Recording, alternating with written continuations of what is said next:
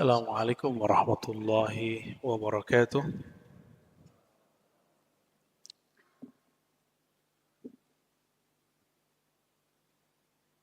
Alhamdulillahilladzi bismillahirrahman fastawa ala arsyihi. Asyhadu an la ilaha illallah. Asyhadu anna Muhammadan abduhu wa rasuluh. Allahumma salli wa sallim wa barik ala sayyidil wujud. Sayyidina Muhammad wa ala alihi wa ashabihi wa li baitihi wa dhurriyyatihi ajma'in wa ba'du. اللهم أخرجنا من ظلمات الوهم والجهل إلى المعرفة والعلم اللهم إنا نسألك خير هذا اليوم وخير ما فيه وخير ما بعده اللهم ya Allah kami memohon keluarkan kami dari kejahilan kepada ilmu yang bermanfaat, daripada kelalaian kepada ingat kepada Engkau, dan kami mohon kulla khairin, semua kebaikan, dan kami memohon ya Allah lindungi kami dari semua keburukan, amin ya rabbal alamin. Baik jemaah subuh yang bukan Allah, sebelumnya kita membahas tentang kalam Allah. Sekarang kita masuk kepada sifat-sifat atau keterangan-keterangan di dalam Al-Quran mengenai anggota tubuh yang dinisbatkan, yang disebutkan sebagai sifat Allah. Contohnya di dalam Al-Quran ada di surat Al-Fat, Yadullah, ya, tangan Allah. Yadullah, ya. Ada kalimat misalnya datang, waja'a rabbuka, dan Tuhanmu datang. Di surat Taha, Ar-Rahman 'alal 'arsy istawa, Allah bersemayam, bersemayam itu bisa diartikan oleh sebagian orang mengambil tempat, dan itu terjemahan yang kurang tepat, ya. Ada kalimat wajhullah fa aynama tuwallu fa thamma wajhullah di surat Al-Baqarah. Kemanapun engkau memandang, maka di sanalah wajah Allah. Kata-kata seperti ini disebut dengan sifat sam'iyah.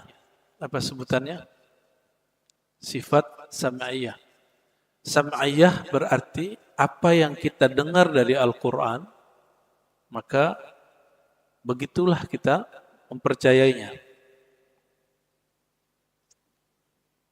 Lalu apa kata Imam Abu Hanifah? Nah, sebelumnya mari kita kirimkan Al-Fatihah untuk Nabi Muhammad SAW. Beliau tidak perlu Fatihah kita, namun kita memerlukan limpahan yang Allah berikan kepada beliau, kepada kita semua, dan juga untuk Imam Abu Hanifah dan para guru-guru, masyayikh, dan orang-orang yang berjasa mendirikan masjid ini. Al-Fatihah. A'udzubillah. Bismillah. Alaikum din ya. Siratal ladzina an'amta 'alaihim waladdallin. Sebelum masuk kepada teksnya, sekedar mengingatkan bahwa ilmu yang kita bahas ini disebut ilmu akidah.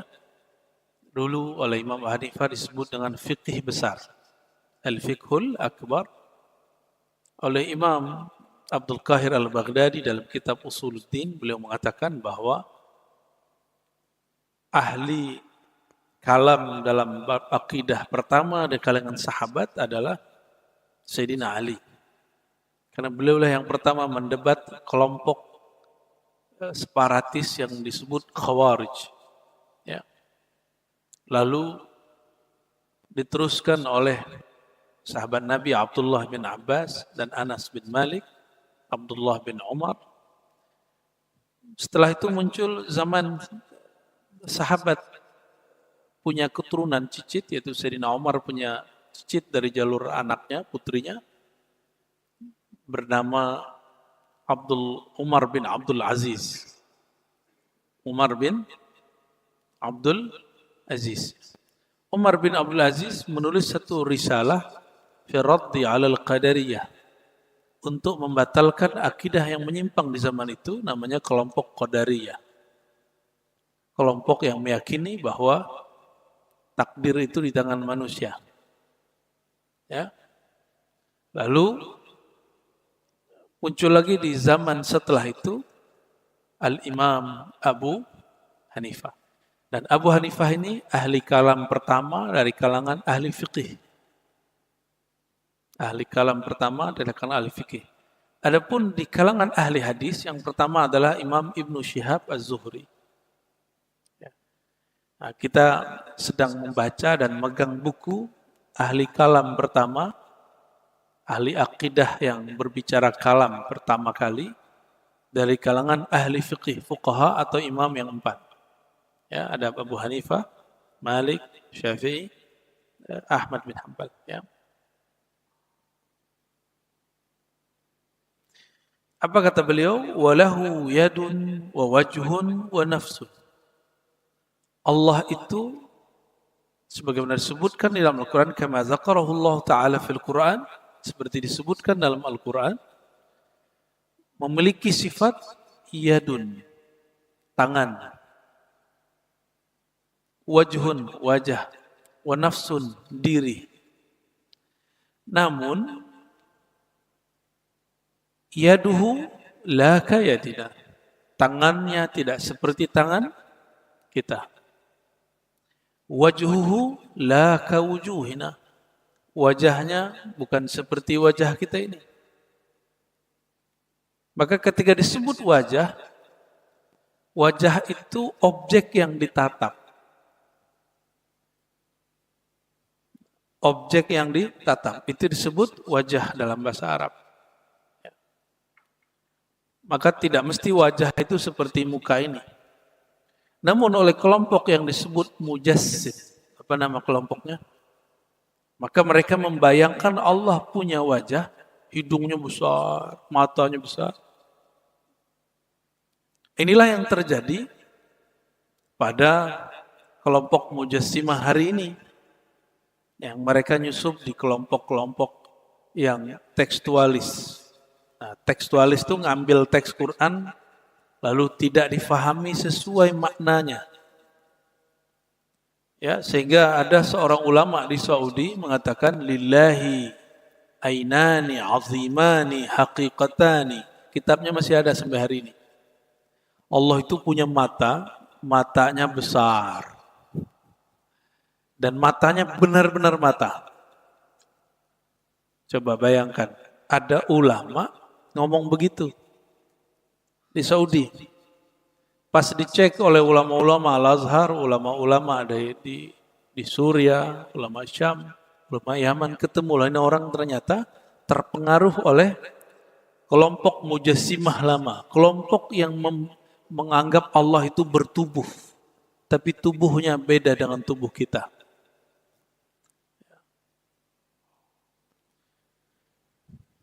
Walahu yadun wa wajhun wa nafsun. Nah, kalau di Quran disebut ada kata tangan, ada wajah, ada diri, kita cukup katakan amanna billah. Aku percaya, kami percaya kepada Allah. Gak usah dimakna-maknai. Ya. Itu akidah Ahlus Sunnah yang saya anut. Ya. Karena kita tidak punya kewajiban mencari makna itu. Oleh ulama ahli tafsir, ini disebut dengan ayat-ayat mutasyabihat. Apa arti mutasyabihat? Sesuatu yang maknanya tidak gamblang. Ya. Fama dzakarallahu ta'ala fil Qur'an, ya. Apa yang Allah sebutkan di dalam Al-Quran min dzikril wajhi wal yad wan nafs fa huwa lahu sifatun bila kaif. Maka tadi 3 sifat tadi. Tangan, wajah, yang ketiga diri, ya, seperti kalam Sayyidina Isa terhadap Allah Subhanahu wa taala. Itu bila kaif. Nah, masih ingat kalimat bila kaif di bulan lalu? Ini karena sebulan saya dilupa. Kaif itu maknanya ada 2. Satu cara, yang kedua keadaan. Allah tidak memerlukan cara. Karena jika dia memerlukan cara, berarti dia memerlukan selain dirinya. Maka batallah namanya Ghani. Salah satu nama Allah Al-Ghani, yang maha, bukan maha kaya, yang maha tidak memerlukan selain dirinya. Itu makna Ghani.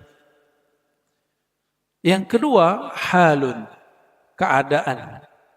Keadaan itu menunjukkan bahwa sesuatu yang mempunyai keadaan ini dia berubah-ubah. Allah apakah ia berubah?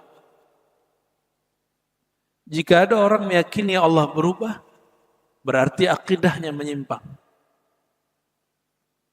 Seperti keyakinan sekelompok orang bahwa Allah ini lupa, maka saya perlu ingatkan dengan doa. Yang meyakini doa dia mengingatkan Allah supaya Allah itu ingat bahwa dia butuh sesuatu, berarti orang ini jahilun billah, dia tidak mengenal Allah Subhanahu wa ta'ala.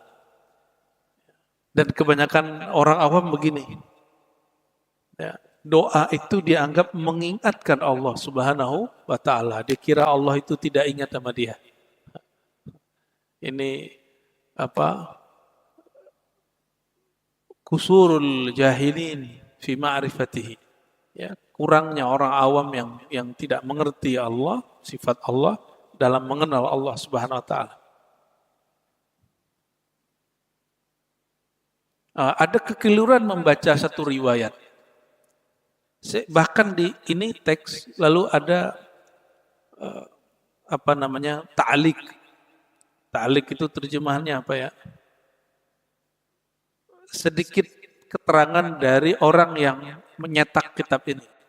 Yang nyetak kitab ini kita sebut mu'alliq atau muhaqqiq. Itu pun masih keliru. Apa kata dia? Padahal orang Arab loh Pak. Jadi orang Arab tuh nggak ada jaminan.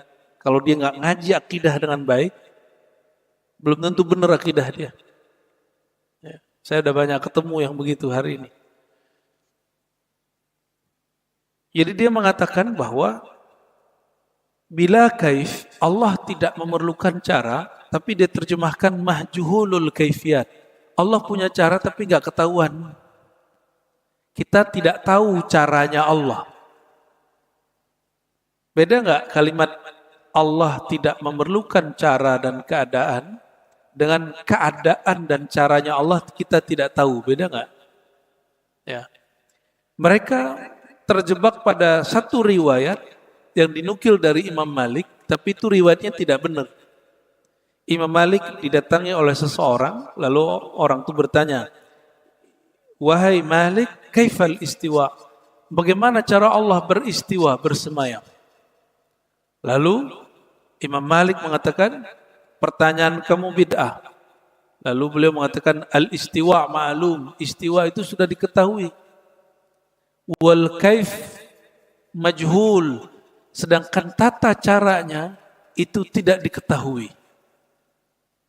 Tata caranya tidak diketahui.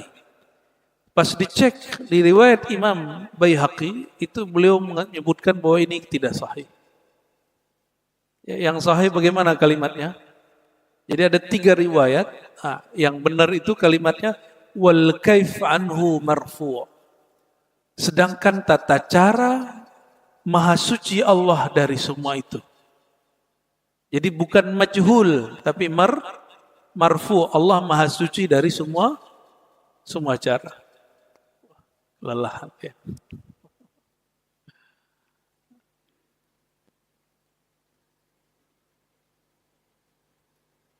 Jadi jangan bayangkan begini. Allah bersemayam di atas aras dengan kondisi dan cara yang hanya Dia yang tahu. Nah, ini keliru, ini jebakan. Ya, kita tidak tahu, berarti orang ini meyakini bahwa Allah memerlukan cara dan keadaan. Kalau Allah memerlukan keadaan, berarti Dia berubah. Jika Dia memerlukan cara, berarti dia makhluk. Saya duduk ini bersemayam, Pak. Bahasa lamanya bersemayam, istawa. Saya duduk caranya bagaimana? Saya duduk di atas kursi, bukan di bawah kursi. Coba, Bapak kalau duduk di atas kursi, itu nempel nggak dengan kursi? Nah itu namanya cara. Berubah-ubah nggak? Kadang begini, kadang begini. Ya. Nah, itu namanya hal. Allah Maha Suci dari cara dan hal. Ya. Untuk apa kalimat ini muncul oleh Imam Abu Hanifah? Supaya orang tidak membayangkan tentang Allah. Karena sekali membayangkan tentang Allah, orang itu mempunyai penyakit dalam batinnya. Jadi membayang-bayangkan Allah itu nggak boleh. Yang boleh hanya merasakan hadirnya Allah Subhanahu wa Ta'ala. Ya. Wah, dan Imam Abu Hanifah termasuk orang yang menolak takwil. Ya. Menolak takwil Mu'tazilah Qadariyah. Kelompok. Jadi mentakwil itu ada dua cara. Satu kelompok Mu'tazilah, satu kelompok Ahlu Sunnah. Ahlu Sunnah ini tidak semuanya mentakwil. Ada yang mentakwil. Mentakwil itu memaknai dengan makna yang jauh. Contoh, kata yadun, tangan, dapat diartikan kekuasaan. Tangan presiden ini kuat sekali. Kita ngomong begitu. Itu maksudnya apa? Kekuasaan dia kuat sekali. Tangan raja ini lemah sekali. Maksudnya kekuasaan dia lemah. Kalimat tangan bagi ahlu sunnah boleh diartikan dengan dua cara. Satu memaknai dengan makna yang jauh. Makna yang jauh disebut bahasa Arabnya ta'wil. Disebut apa? Ta'wil. Ya.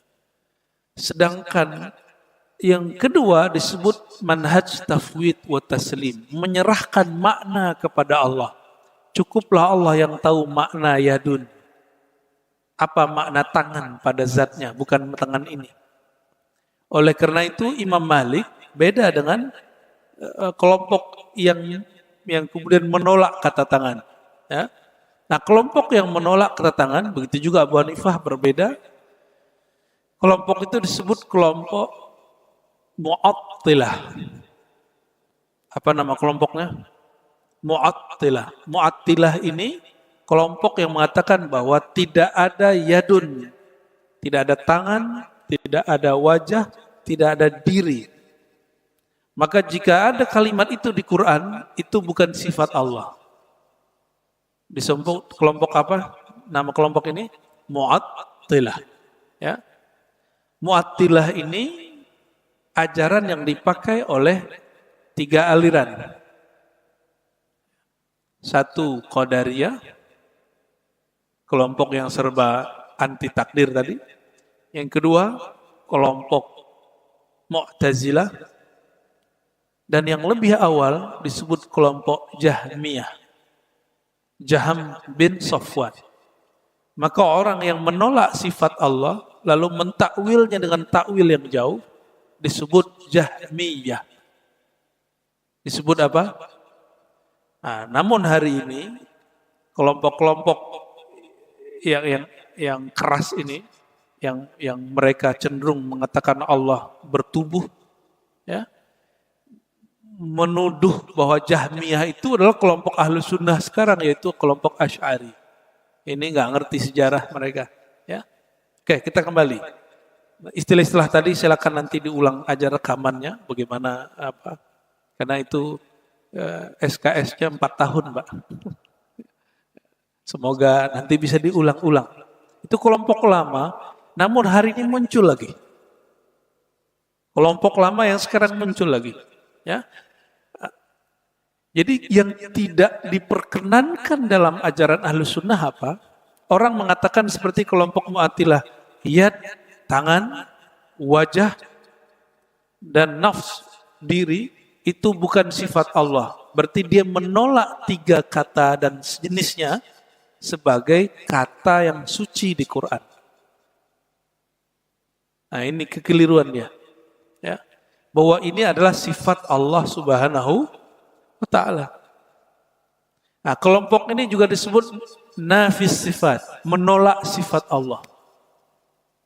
kelompok yang menolak sifat Allah. Nah, yang tepat bagaimana?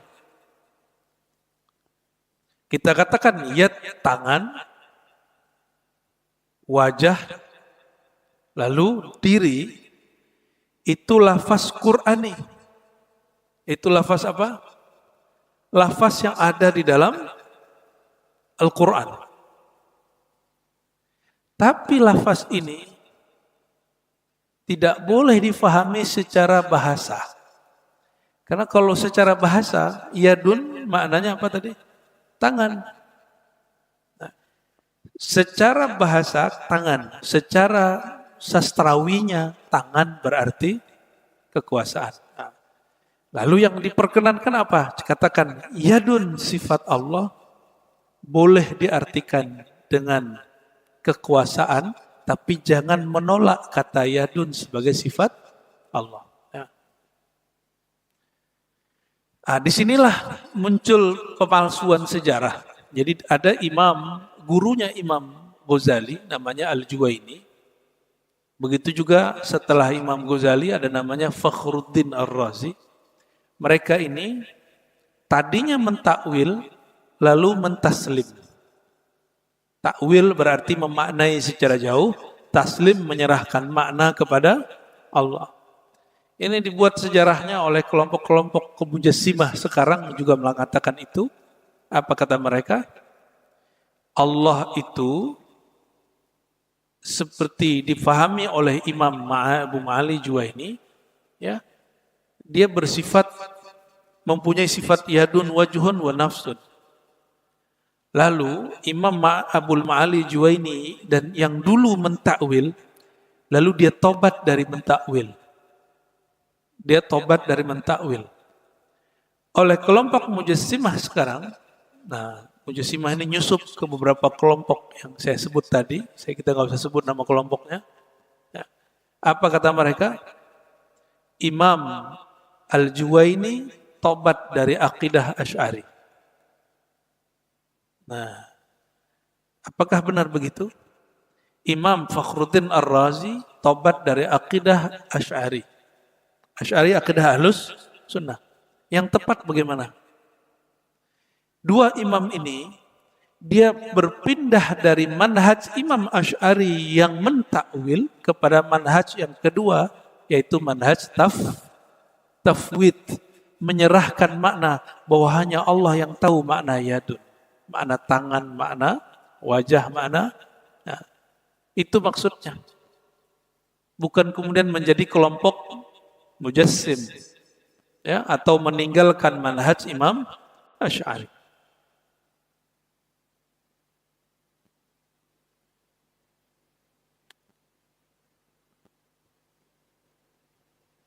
Wala yuqalu inna yadahu qudratuhu. Tidak diperkenankan mengatakan tangan Allah itu tidak ada, yang ada cuma kudratnya, kekuasaannya. Itu mentakwil dengan cara menolak sifat yad. Ya. Ini sebenarnya enaknya pakai whiteboard. Saya coba bayangkan aja ya. Yadun sifat Allah, berarti tangan. Kata yadun, yad tangan ini, kata kelompok Mu'attilah, ini bukan sifat Allah. Nggak boleh menyebut yadun. Cukup katakan kekuasaan. Ini kelompok apa tadi? Mu'attilah. Oke, coba kita hapus. Sekarang kelompok Ahlus Sunnah. Ahlus Sunnah bagaimana? Ada dua aliran tadi. Ya. Boleh mengatakan kekuasaan, tapi jangan tolak kalimat yadun. Yang paling afdol yang mana?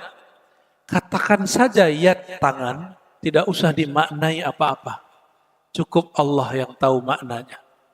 Itu yang lebih afdal. Ya.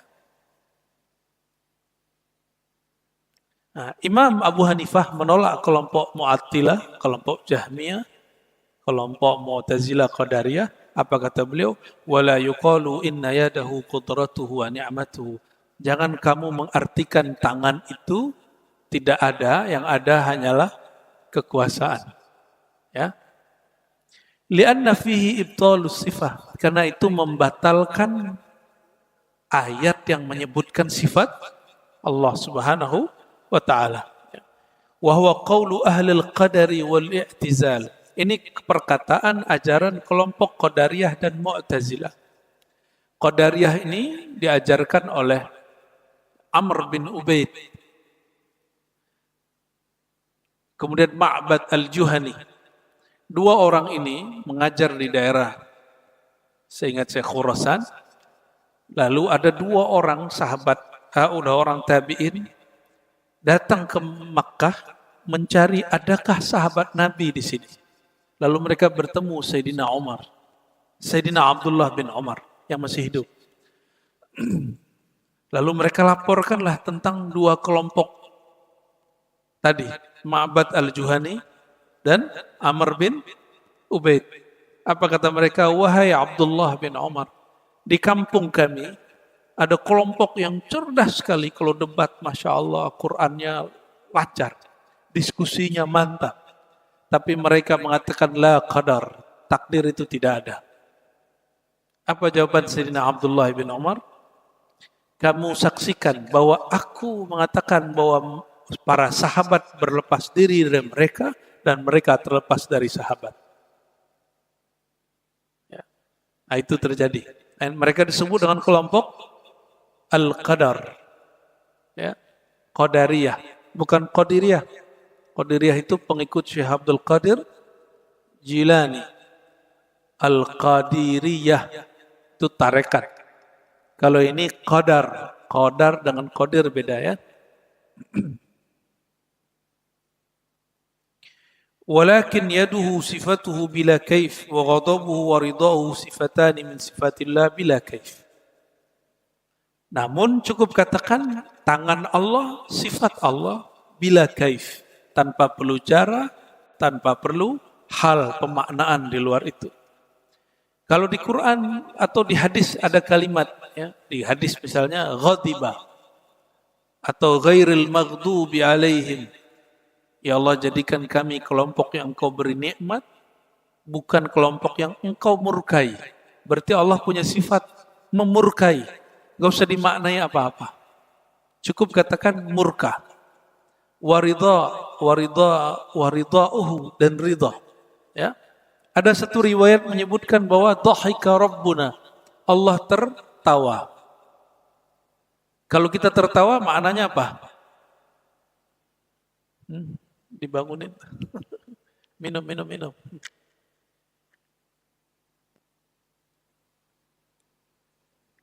Kalau saya tertawa, gigi saya terlihat kan? Ya, berarti butuh bibir. Allah perlu bibir nggak untuk tertawa? Apa kelompok mujassimah, kelompok yang menjisimkan Allah, yang membayangkan Allah itu bertubuh. Mana mungkin ada senyum tanpa bibir? Mana mungkin orang senyum tapi nggak kelihatan giginya? Maka orang yang bayangkan Tuhan ini tidak berpunya bibir, dia mengatakan sesuatu yang mustahil. Ini kelompok apa namanya? Mujassimah.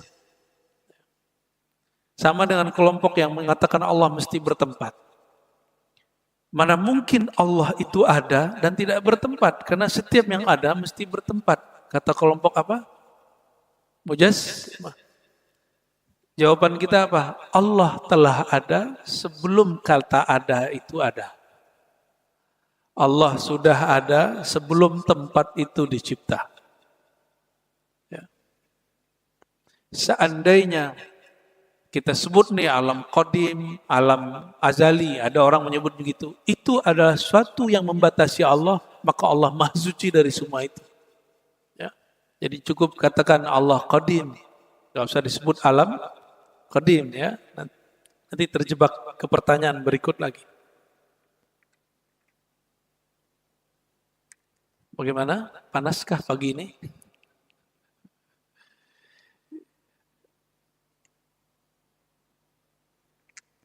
Jadi nanti kalau ada ustadz baca ayat, yadullah, tangan Allah fauqa aidihim, di atas tangan mereka. Ini menceritakan tentang para sahabat berbaiat di bawah pohon Ridwan, ya, lalu mereka mengangkat tangannya, ya. Ada yang begini, ada yang salaman kepada Rasulullah, lalu dikatakan di atas tangan mereka ada tangan Allah.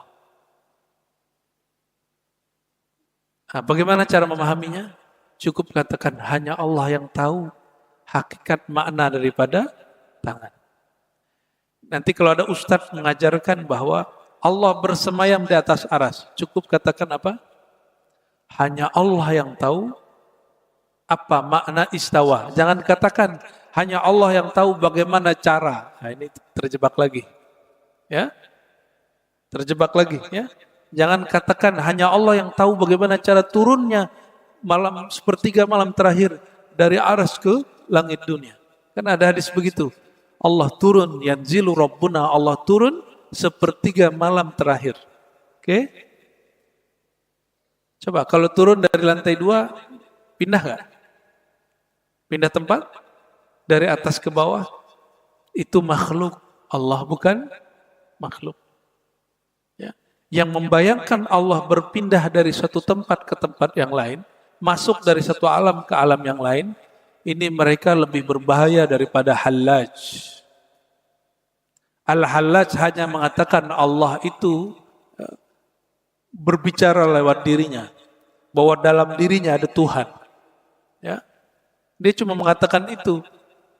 Ya. Ma fi jubbati ilallah, tiada ada jubahku kecuali Allah. Tapi ini orang lagi mabuk. Tapi orang yang mengatakan Allah itu turun dari atas ke bawah, itu berapa alam yang dia lewati. Allah masuk ke alam ini, masuk. Kalau Hallaj cuma mengatakan tubuh dia, diri dia. Itu pun ternyata maknanya gak seperti itu. Hallaj gak masuk begitu. Dan anehnya kelompok yang mengkafirkan Hallaj, dia kualat. Dia mengatakan bahwa Allah turun dari atas ke bawah. Ya. Kenapa? Karena tidak mungkin turun kecuali dari atas ke bawah. Berarti orang ini terjebak kepada apa? Nah, nama syekhnya Ibnu Taimiyah. Lalu ditulis oleh murid dari muridnya namanya Ibnu Qayyim, punya murid lagi namanya Ibnu Abil Iz Al-Hanafi, menulis syarah Aqidah Tahawi. Makanya kami menerjemahkan Tahawi yang kita kembalikan ke Aqidah Ahlussunnah maknanya. Ibnu Abil Iz Al-Hanafi menulis alasan kenapa Allah berada di atas. Salah satunya dalilnya adalah yanzilu Rabbuna, Allah turun dari atas ke bawah. Kitab Ibnu Abil Iz ini adalah kitab wajib yang diajarkan di banyak pesantren-pesantren yang hari ini ya dapat dana dulu dari salah satu negara di Timur Tengah. Mereka rubah akidahnya. Ya. Karena bukunya Syekh Saleh Fauzan. Ya. Dulu di pesantren kita ganti. Dulu kiai saya cenderung baca kitab itu. Ya. Berarti beliau ada masa mungkin ya, nggak tahu dekat dengan kelompok itu. Tapi beliau mengatakan kepada kami, nanti kita akan ganti kitab itu.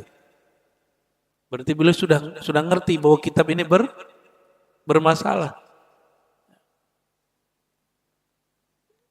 Nah, kitab ini Ibnu Abil Is yang tadi yang mengatakan Allah turun di atas ke bawah, ini yang jadi pegangan beberapa kawan-kawan saya yang tamat dari Saudi. Nah, akhirnya itu sebabnya nggak ketemu. Ya. Imam Tahawinya mengatakan A, sedangkan pensyarahnya Ibnu Abil Is mengatakan B. Itulah kejadiannya. Ya.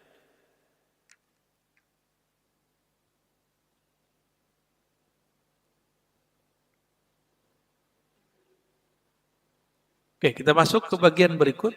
Di kitab ini halaman 84, Al-Mutun As-Sab'ah, bagian Al-Fiqhul Akbar. Khalaqallahu ta'ala al-asya' la min syai'. Allah menciptakan segala sesuatu la min syai'. Ini akidah Ahlussunnah. Bukan dari satu bahan apapun. Ini ditolak oleh kelompok Mu'tazilah tadi. Coba, mungkinkah menciptakan masjid, membuat masjid tapi bukan dari suatu bahan? Mungkin nggak? Kalau tukangnya makhluk, nggak mungkin. Ajaran ini ajaran filsafat sebenarnya, filsafat Yunani, yaitu Aristo, bahwa tidak mungkin Allah mencipta sesuatu kecuali dari satu bahan. Tapi ajaran Ahlussunnah apa? Dalam ajaran Ahlussunnah sebaliknya.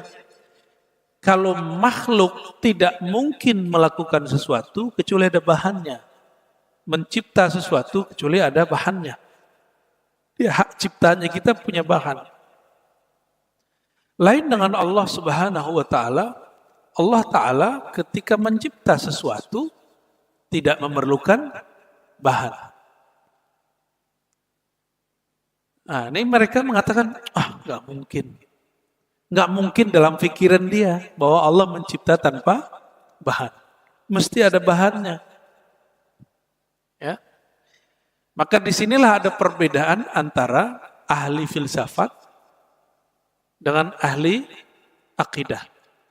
Akidah filsafat ini dipakai oleh kelompok Mu'tazilah. Ini Mu'tazilah lebih gila lagi. Coba dengerin. Allah menciptakan alam dari ketiadaan. Ketiadaan itu adalah sesuatu bahan. Ngawur gitu. Bahasa Arabnya coba dengarkan. Ya, yang bisa bahasa Arab silakan nanti diulang-ulang. Khalaqallahu al-asya minal adam wal adam syai'.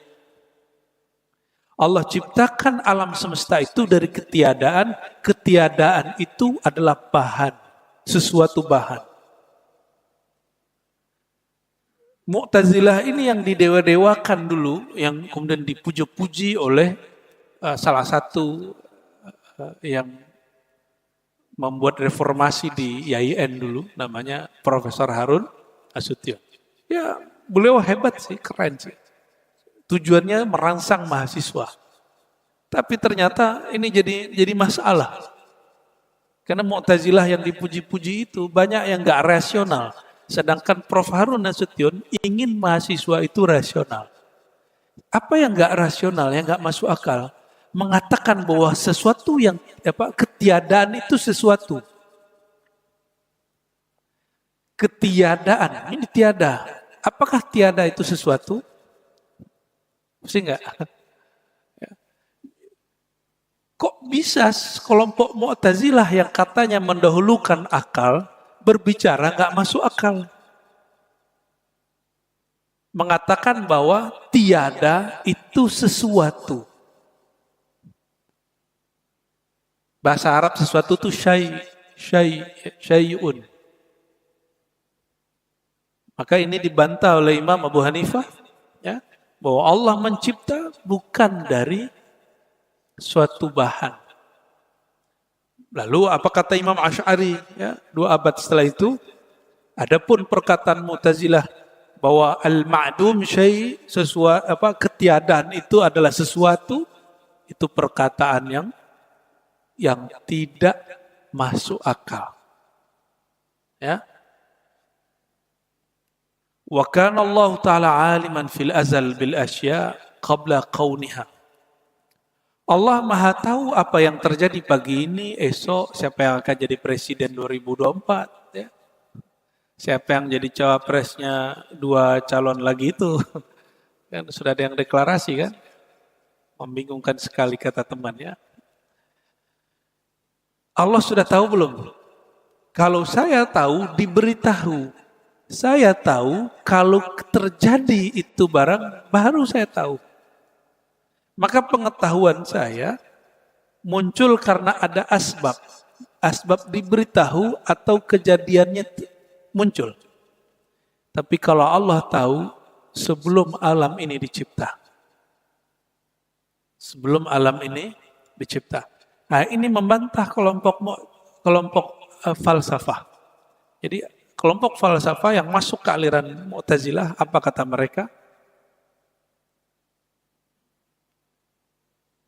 Allah itu, ya, taunya Itu lain dengan taunya, seperti yang disebut oleh sunnah tadi. Setelah Allah menciptakan alam, Allah membiarkan alam. Jadi Allah mengetahui alam secara global, bahwa air itu mengalir dari atas ke bawah. Api itu membakar. Gitu. Angin kalau mengenai dedaunan, maka dedaunan bergerak. Ada benda kita lempar ke atas, pasti dijatuh. Mu'tazilah mengikuti ajaran falsafah yang disebut, salah satu aliran mereka disebut tabi'ah. Ya. Apa arti tabi'ah? Bukan tabiat bahasa Indonesia. Air itu mengalir ke bawah, api membakar, itu tabiatnya.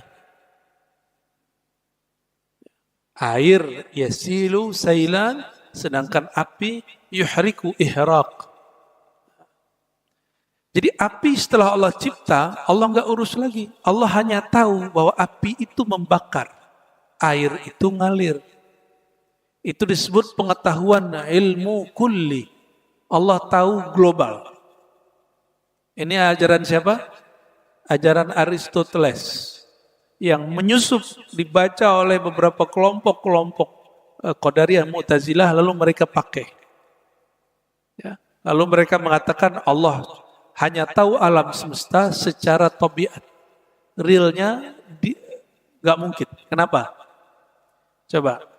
Tadi saya duduk di bawah, sekarang saya duduk di atas. Pengetahuannya berubah nggak? Ar-Razi tadi duduk di bawah, sekarang duduk di atas kursi. Pengetahuannya berubah? Ya, berubah nggak? Tadi duduk di bawah. 40 menit lalu duduk di bawah, sekarang duduk di atas. Pengetahuan Bapak Ibu berubah nggak? Berubah. Tadi di bawah, sekarang di atas. Ya. Oke. Sudah? Ini pelan-pelan saya ulangi. Ya. Ketika Ar-Razi tadi duduk di bawah, sekarang duduk di atas, pengetahuan Allah berubah nggak? Itu pertanyaannya. Tadi Bapak Ibu tidur di rumah sebelum subuh ke sini. Jadi jam 4, si Fulan di rumah. Jam 5, si Fulan di masjid. Pengetahuan Allah berubah nggak? Kalau pengetahuan saya berubah. Bapak sekarang di masjid. Tadi di rumah. Berubah nggak pengetahuan Allah? Ini yang ditakuti oleh kelompok filsafat, kemudian dianut oleh Ibnu Sina. Apa kata Ibnu Sina? Allah itu hanya mengetahui alam secara global. Potensial, bahwa alam ini berpotensi ini. Manusia ini sanggup berpindah-pindah. Mengenai detailnya, Allah nggak perlu tahu. Karena jika Allah tahu yang begitu, maka pengetahuan Allah akan berubah. Seperti tadi pengetahuan saya berubah. Itu dasar daripada mereka mengatakan Allah tidak mengetahui rincian kejadian di alam semesta. Cukup mengetahui potensi yang ada di alam semesta. Ya. Gak pernah yang ngaji akidah begini ya. Ya, ngapain coba ngomong begini ya. Ya, biar antum tahu bahwa ngaji akidah itu bukan sekedar doktrin.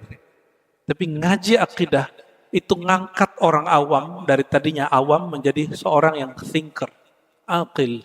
Dia menjadi orang yang rasional beragama. Jangan beragama itu cuma mikirin pahala doang. Ya, beragama itu juga kemudian mulai ngelatih akal kita tentang Allah. Ya. Maka kita urai kajian ini di masjid, bukan lagi di kampus. Dulu saya nggak mau buka kajian ini cuma kecuali di kampus dan pesantren, Pak.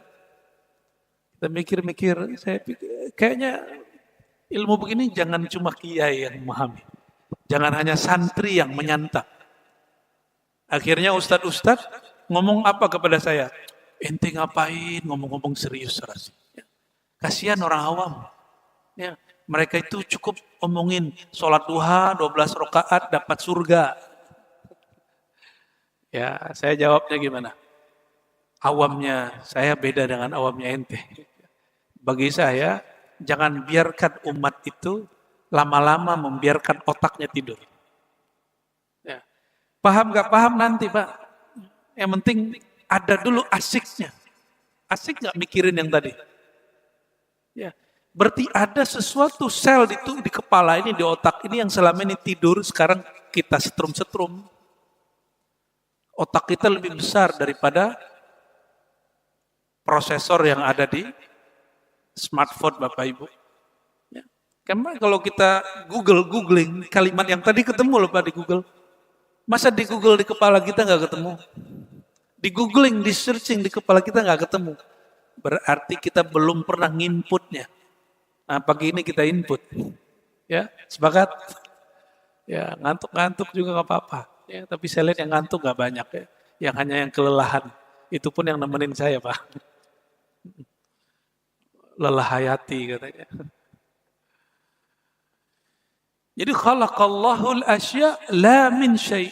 Akidah Ahlus Sunnah tidak mempersoalkan Allah itu sudah tahu alam ini sebelum dicipta. Maka ketika alam ini dicipta, apapun perubahan di alam, ilmu Allah nggak berubah. Karena sebelum alam ada, Allah sudah tahu apapun kejadian di alam. Jadi tidak perlu khawatir wahai Ibnu Sina, tidak usah khawatir wahai Aristoteles, tentang bahwa Allah itu kalau mengetahui detailnya alam, nanti pengetahuan Allah berubah-ubah. Gak usah khawatir, kenapa? Dia lupa tentang ilmu azal. Apa arti ilmu azal? Azal itu bahasa Arab berarti suatu fase, saya nggak sebut waktu, sebelum alam dicipta. Bahasa Arabnya apa? Azali. Sering dengar kata azali? Ya. Azali itu fase sebelum alam dicipta.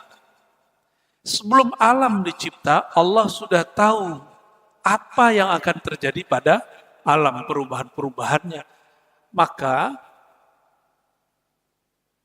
perkataan kelompok tadi, ya, mulai dari Aristoteles, akidahnya yang masuk ke kelompok filsafat, kelompok Mu'tazilah sebagian dan Qadariyah, ini tidak bermakna. Karena mereka gagal memahami satu hal, bahwa Allah mengetahui alam sebelum alam itu ada. Bagi kelompok filosof ini, apa kata mereka? Mustahil Allah mengetahui sesuatu yang belum ada.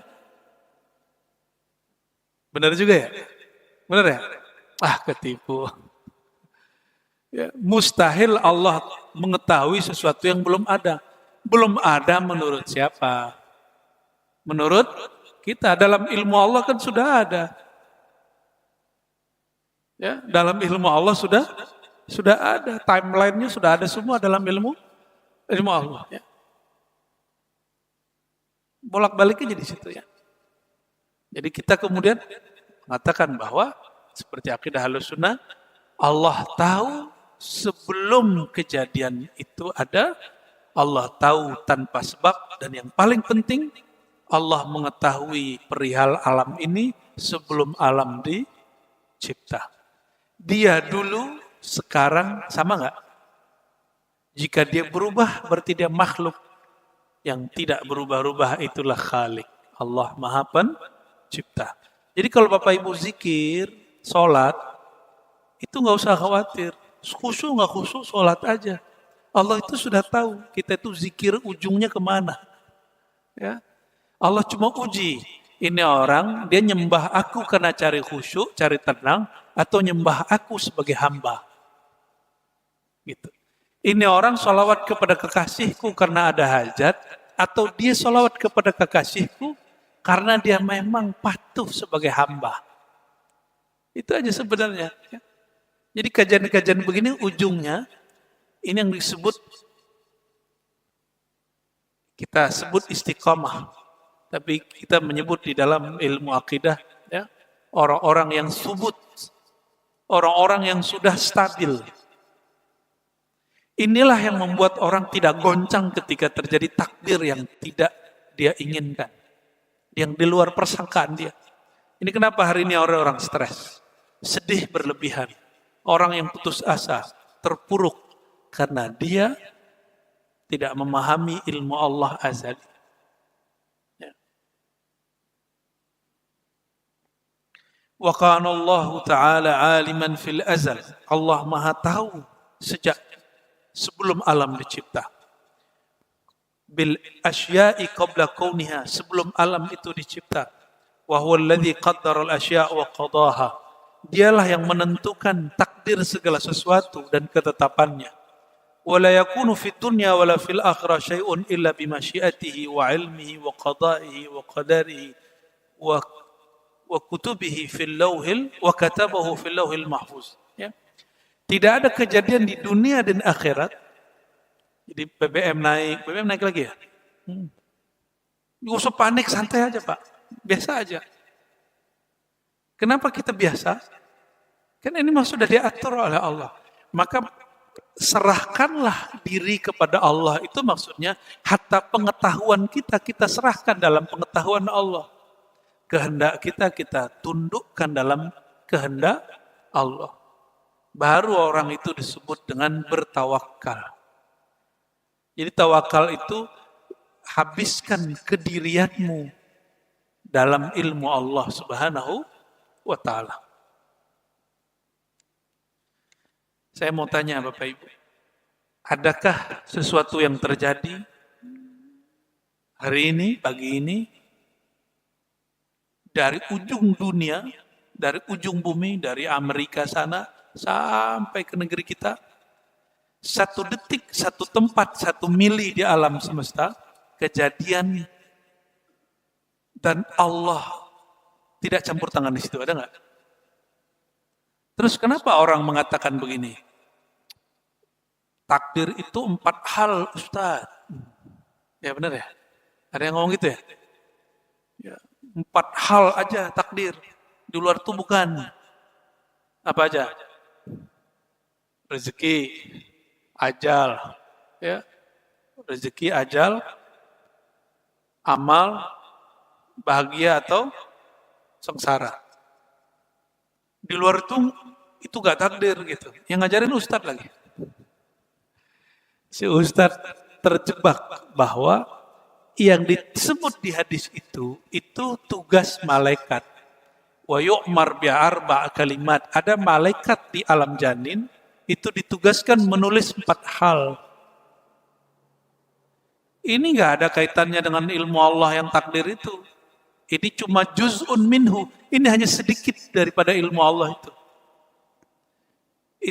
Itu goresan takdir kita. Sedikit saja. Sedangkan ilmu Allah lebih luas dari itu. Takdir Allah lebih besar dari itu.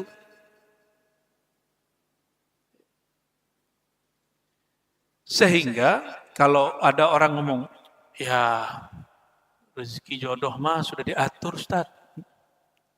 Emang kalau enggak rezeki jodoh enggak diatur? Ya. Orang membayangkan rezeki itu cuma duit, kerjaan. Padahal rezeki itu setiap nafas kita yang kita hirup, udara yang kita hirup, itu rezeki Bapak Ibu. Maka itu termasuk rezeki. Nah, adakah satu detik kejadian di alam semesta Allah nggak campur tangan? Jika ada orang membayangkan itu, berarti ada Tuhan selain Allah. Gitu. Berbahaya nggak? Oh, nanti kita terjebak kepada kelompok serba takdir, fatalis. Enggak. Ini bab keyakinan tentang ilmu Allah, tentang kekuasaan Allah. Bukan kita kemudian, ya sudahlah saya serba takdir, nggak usah melakukan apa-apa. Enggak ada urusan. Jaham bin Safwan itu kelompok Jabariyah serba takdir. Itu dia memberontak, Pak. Mati dalam memberontak. Berarti kelompok fatalis, dia punya action. Sedangkan kelompok Amr bin Ubaid, kelompok Qadariyah yang menolak ada takdir, itu matinya miskin. Maksudnya? Jadi Qadariyah, kelompok Qadariyah, kelompok Jabariyah tidak ada urusannya dengan kemunduran dan kemajuan ekonomi umat. Seperti yang diasumsikan oleh Prof. Harun Nasution di buku dia. Ya. Jadi dia meyakini bahwa kemunduran umat Islam karena umat Islam berahlu sunnah. Coba kembali lagi ke Mu'tazilah, ke Qadariyah, kata dia begitu. Ya. Karena salah memahami teks. Itu selevel profesor bisa keliru, Pak. Ini pasti murid-murid beliau banyak yang marah sama saya. Ya. Tapi nggak usah khawatir. Ya. Mari kita diskusi aja. Di UIN banyak yang marah pasti. Boleh kita uji kitabnya. Buku dia kita adu dengan kitab. Dan di situ kelihatan keliru usulnya, bermasalah. Urusan kemunduran umat itu nggak ada urusan dengan perdebatan ini tadi. Ini perdebatan murni. Jangan dikait-kaitkan dengan kemajuan dan peradaban. Ya.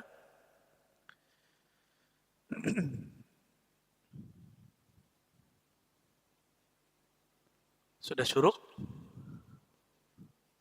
Sudah ya? Udah panas kepalanya ya?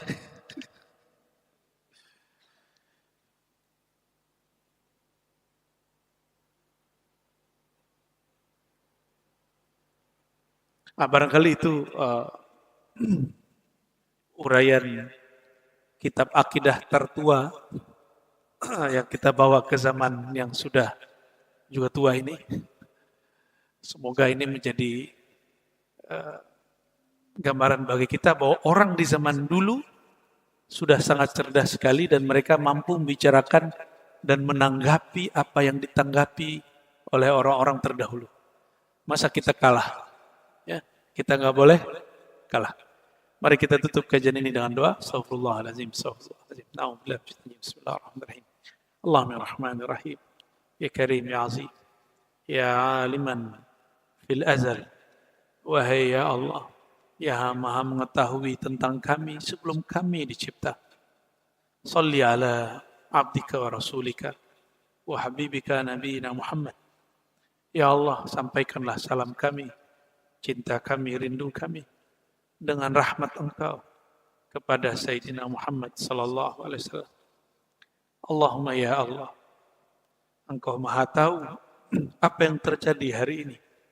Engkau Maha tahu apapun yang terbaik bagi kami hari ini. Fanas'alukal khaira. Maka kami memohon ya Allah, berikan kami kebaikan-kebaikan, keberkahan-keberkahan hari ini. Wa na'udzubika min syarri hadzal yaum. Dan lindungi kami, keluarga kami, orang-orang yang hadir di majelis ini dari semua keburukan-keburukan hari ini. Allahumma ya Sattar, fasturna bijamali sitrik. Ya Allah, dosa-dosa kami, kesalahan kami, aib kami sangatlah banyak. Baik aib yang kami zahirkan, baik aib yang kami simpan dan kami tutup. Namun kami ya Allah tidak sanggup menutup aib kami di hadapan Engkau. Karena Engkau Maha mengetahui kami sebelum kami ada. Fasturna bijamali sitri. Maka ya Allah, izinkanlah keindahan sifat-Mu menutupi semua keburukan-keburukan kami. Izinkanlah ya Allah, kasih sayang-Mu, ampunan-Mu menghapus semua kesalahan-kesalahan kami. Allahumma ya muqallibal qulub, ya musarrifal qulub. Wahai yang menggerakkan hati, wahai yang membolak-balik hati kami. Jika sebelum berangkat ke masjid ini, hati kami masih malas bertahajud, maka mulai malam nanti ya Allah, mudahkan hati kami untuk bertahajud. Kuatkan hati kami untuk berzikir pagi dan sore. Allahumma ya Allah, jika Engkau melihat sebelum taklim ini, sebelum halaqah pagi ini, di rumah tangga kami masih sering emosi, masih sering bermarah-marahan, masih sering mengangkat suara, meninggikan nada. Maka ya Allah, berkah pengajian pagi ini, berkah ilmu yang Engkau sebarkan bagi kami pagi ini. Mohon ya Allah, faltufna, lembutkan kami, lembutkan akhlak kami, lembutkan tutur kata kami, lembutkan hati kami. Jadikan rumah tangga kami baiti jannati, sorga, teman-teman sorga yang Engkau dahulukan sebelum masuk surga nanti. Allahumma ya Allah, jadikan kami, pasangan kami, keturunan kami, qurratan li a'yunina, menyedapkan mata kami, menyenangkan hati dan perasaan kami. Allahumma ya Allah, apabila kami sendiri, jadikanlah hati kami merasa selalu Engkau temani. Jika kami bersama makhluk Engkau, izinkan kami memandang wajah Engkau dimanapun kami memandang. Fa'ainama tuwallu fathamma wajhullah. Allahumma ya Allah, nas'aluka husnal khatimah. Ya Allah, terakhir kami memohon. Kami tidak tahu akhir hayat kami seperti apa. Mohon tutuplah hayat kami nyawa kami dengan cara terbaik, dengan cara yang paling engkau ridhai, dengan kalimah la ilaha illallah Muhammadur Rasulullah.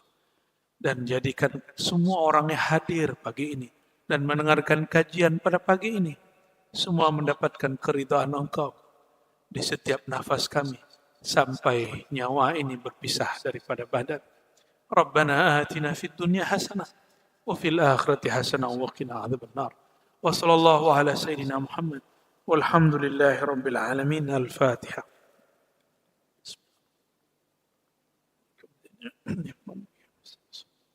صراط الذين أنعمت عليهم غير المغضوب عليهم ولا الضالين. Demikian pengajian subuh ini. Semoga Allah berkahi pengurusnya, para satisnya, jamaahnya. Amin ya rabbal alamin. Silakan salat syuruk. Assalamualaikum warahmatullahi wabarakatuh.